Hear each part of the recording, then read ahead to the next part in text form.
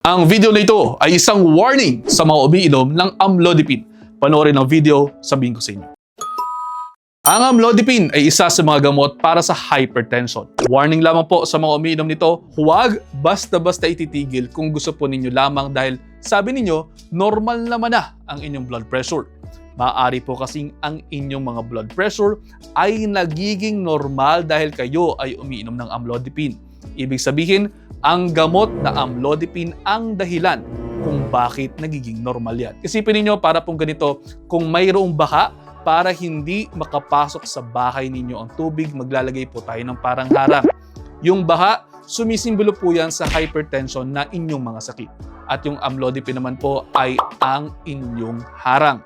Kung titigilan po ninyo ang amlodipine, para nyo na rin pong tinanggal ang humaharang sa tubig at hinayaan ninyong makapasok ang baha sa bahay ninyo. Sana po malinaw ang analogy nito. Ngayon, wala na bang pag-asa na matanggal ang amlodipine sa buhay ninyo? Meron pa, kagaya po ng losartan kung kayo po ay magda-diet ng tama at naaayon sa tinatawag na DASH o Dietary Approach to Stop Hypertension, maaari pong makatulong yan sa pagpapababa ng inyong blood pressure by 7.5 to 11 mm mercury.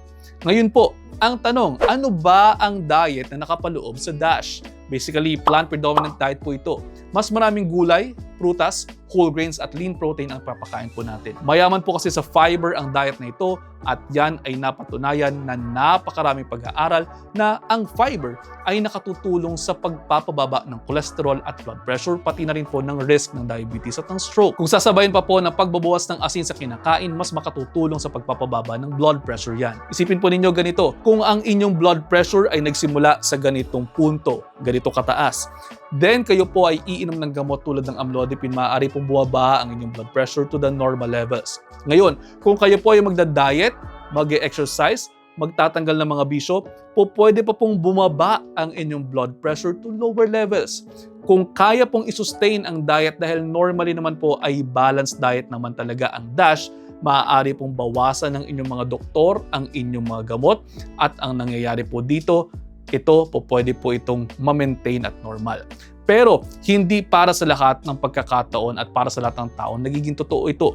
Conforme pa rin po sa mga bagay-bagay at mga nangyayari sa loob ng katawan ng pasyente. Yung iba, nababawasan yung gamot pero yung iba kinakailangan po talaga nating i-maintain dahil sa iba't ibang mga factors. Again, walang one size fits all. Kaya naman, kung kayo po ay nagte-take ng amlodipine, work with your primary care physician and your registered nutritionist dietitians para matulungan po kayo sa inyong journey towards your healthy life. Bukod dyan po, gusto ko rin pong pag-usapan natin ang tungkol sa mga side effects na dapat ay inyong alam na po pwedeng mangyari kapag kayo ay nagte-take ng amlodipine.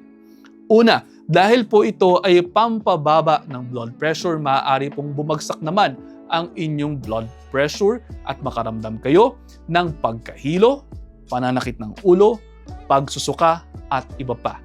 Kapag ka po ganyan, maaaring kinakailangan po ninyong bumalik sa doktor na nagreseta sa inyo ng inyong gamot at baka kinakailangan pong palitan yan o bawasan ng dosage.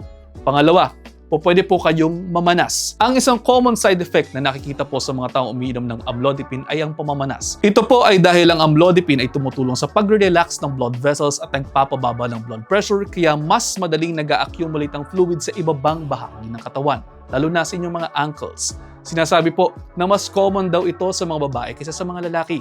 Kapag ka nagkaganyan, kinakailangan bang itigil ng gamot? Maaari din pong kinakailangan bawasan din ang dosage para sa inyo. Iwasan din po ang matagalang pag-upo, matagalang pagtayo, at maglakad-lakad kayo para mag-circulate ang tubig. Mainam din po na kung babalik kayo sa inyong mga doktor kung kayo ay nakararanas ng allergies. Alam niyo naman na ang sintomas ng allergies, basic na yan sa inyo. At ayun, sana po ay may natutunan kayo. Kung mayroon man, makiki-follow po ng ating page at makiki-share na rin po nito sa inyong mga kaibigan. Baka sakaling mas marami pa tayo matulungan. See you next episode. Ingat!